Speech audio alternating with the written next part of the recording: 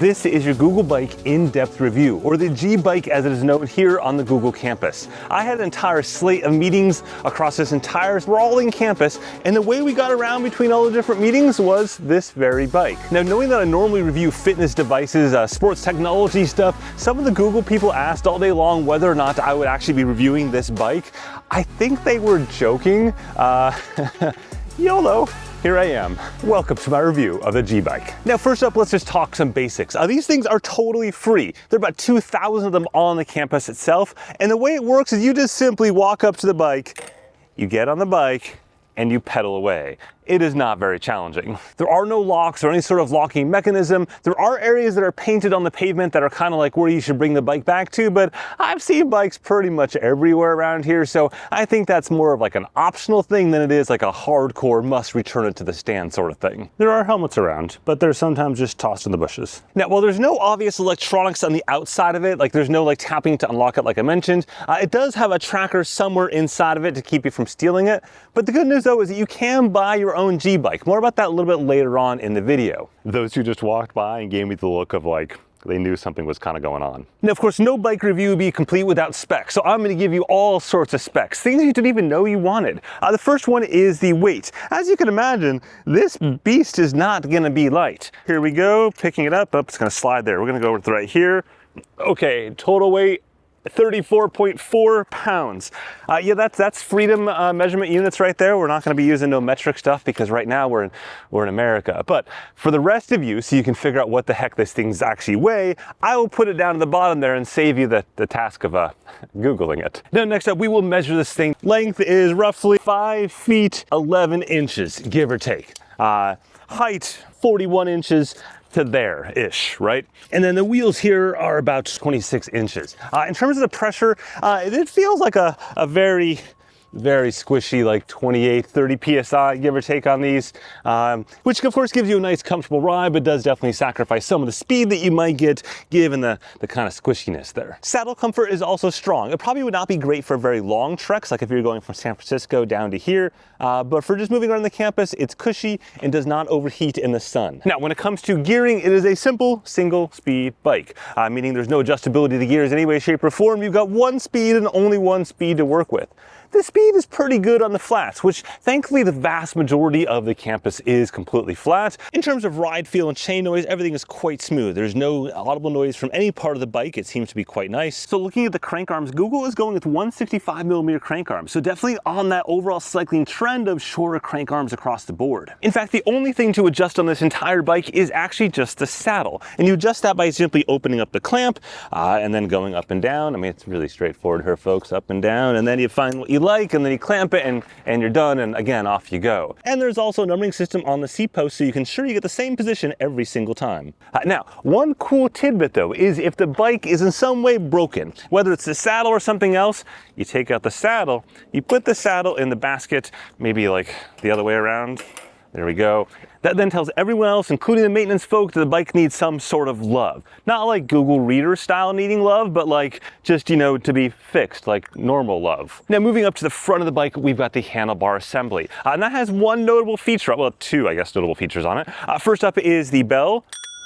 Pretty straightforward. It ding-dongs. It's quite loud. It's quite robust. You're going to hear it easily quite far away. It also has the brake here, but you could also brake by just simply rotating backwards on the pedals. Give it a single speed, it will go ahead and do braking that way, or using the handlebars up there. Next up, you've got the basket. What's notable about the basket, though, is that it's actually not attached to the handlebars. Watch as I rotate like this. The basket stays static. That's useful because if you have a really heavy load in that basket, really heavy backpack, or just a really lot of Pixel phones or watches or something like that, then the weight will stay nice and stable as opposed to rotating with the handlebars. Just got another suspicious look there, but it's all good, right? Now, looking on down here, we do have the pedals. These are standard pedals. I appreciate there's no like metal spikiness on these, reflectors on both sides. Also, they are standard pedal attachments. So in the event you needed to race this, like if you needed to do this from a performance standpoint, somehow leverage this bike, you could put power meter pedals down there. They would screw in no problems into the back of that, and then you can ensure that you had proper metrics for your race. Though the only downside is that the Pixel Watch doesn't support cycling power meters, but you know, there's always a future version or software or something. They could do that. You could do that, Google. Now, speaking of that speed, let's talk about performance of this bicycle from like again, a performance standpoint. This bike is steady, it is stable, it is smooth, it is sleek, kind of, but it is not speedy. There's no part of this bicycle that is speedy in any way, shape, or form. Getting off the line, you're gonna feel that hesitancy, all the hesitancy, your desire to go faster on this beast of a 32-pound bike. And then once you're up and going, you do run out of gears relatively quickly because of that single speed aspect. So you're gonna have to really crank in the cadence to go ahead and get more speed, but there's really just not a lot of speed to be had here. Now, while speed will not be your thing here, you can corner quite well. You can see this really does crank around without any problems there. So if you did need to corner very, very sharply, like way sharply than you should ever actually corner a bicycle, speed or no speed, you could do that right here. And again, you're not gonna have that funky weight thing with the basket full of whatever it is that you got full in there. All good. Also, there's a kickstand. See?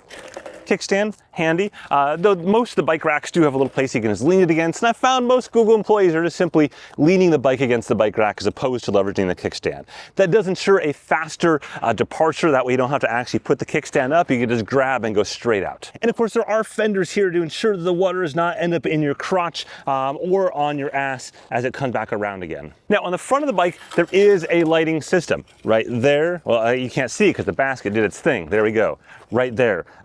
There does not appear to be any sort of rear light. There is a reflector on the back here. That front light is powered by a dyno hub. Yeah, I'll just poke myself with the kickstand. You can see that right there. That means as the wheel spins, it'll power this light up here. I have not been able to test that at nighttime. You always gotta leave something for a future visit or review or something like that.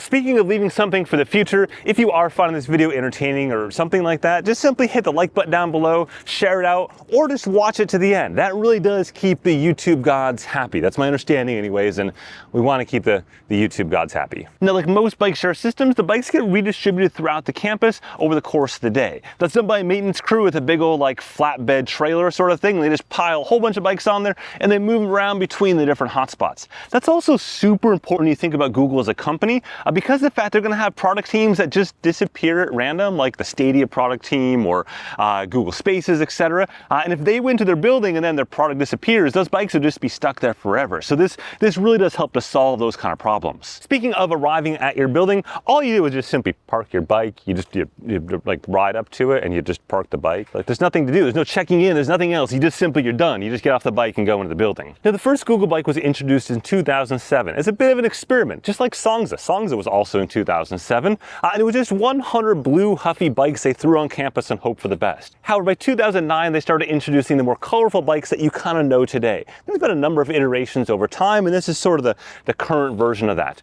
These bikes are made by a company called Republic. They do other like bike share and corporate bikes and things like that. I'd argue that despite having roughly 2,000 of these bikes on campus, they could do with a few more. There was a number of times at meetings where we went and there just was no bike there and we had to wander somewhere else. Now, from time to time, bikes do get stolen. People just ride off with the bikes. There is a tracker somewhere in here. It's a little unclear. There's also a little plaque up here that tells you what to do if you find the bike somewhere else. There's like a QR code there and stuff like that.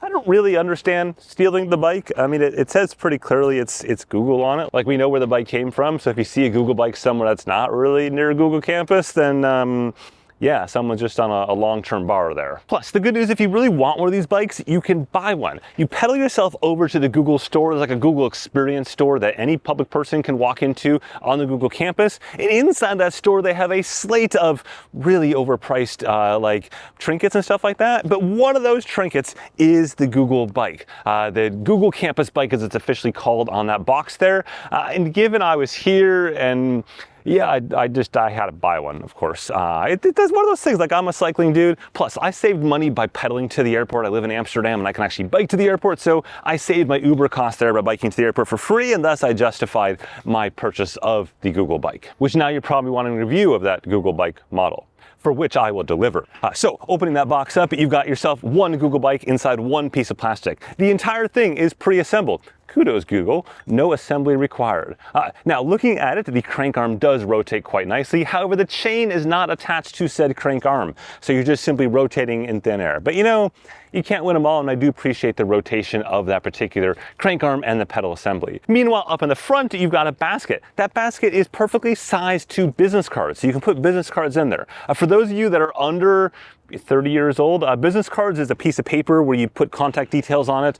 Anyways, you can put them in the basket there or something like that. My only criticism though of the basket is that the basket on that bike basically rotates with the handlebars as opposed to staying static, which, you know, isn't super realistic. Also, that bike is definitely much more performance oriented in its looks and construction design than this beefcake right here. I mean, you can see that here. In any case, I'm ultimately quite happy with the performance of this bike moving around the campus here. It definitely checks that box quite well, and I'm also pretty happy with my purchase of the Google bike. With that, thanks for watching.